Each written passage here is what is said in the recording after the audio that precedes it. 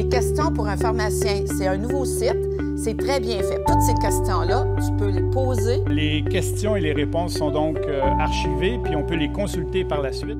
Question pour un pharmacien, c'est un site Internet sur lequel les patients peuvent poser gratuitement, de façon confidentielle, leurs questions en lien avec leur santé ou leurs médicaments.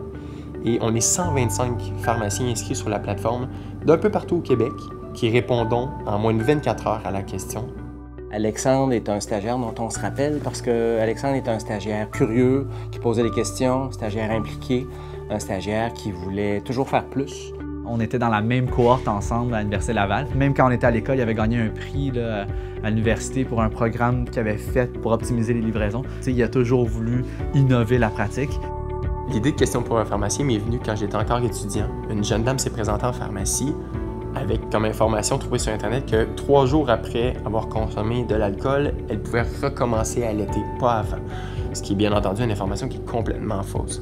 Elle a été obligée d'arrêter l'allaitement. Quand je suis arrivé à la maison après ma journée de travail, j'ai été voir sur Internet pour trouver l'information qu'elle avait vue et je me suis rendu compte qu'il n'y avait aucun professionnel de la santé sur Internet. Qu'on le veuille, qu'on ne le veuille pas, comme pharmacien de famille, quand on traite nos patients, les patients ne nous posent pas toujours les questions, des fois parce qu'ils sont gênés. Donc ça donne une plateforme entre les deux qui donne cette espèce de zone de confort et qui utilise des réflexes que les gens ont déjà de consulter Dr Google au lieu de poser la question aux professionnels humains qui les entourent.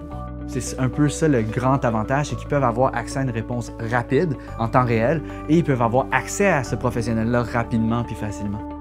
Le fait de devoir répondre à une question sans voir le dossier médical complet, le dossier pharmacologique du patient était probablement la plus grande crainte que j'avais quand j'ai commencé Question pour un pharmacien.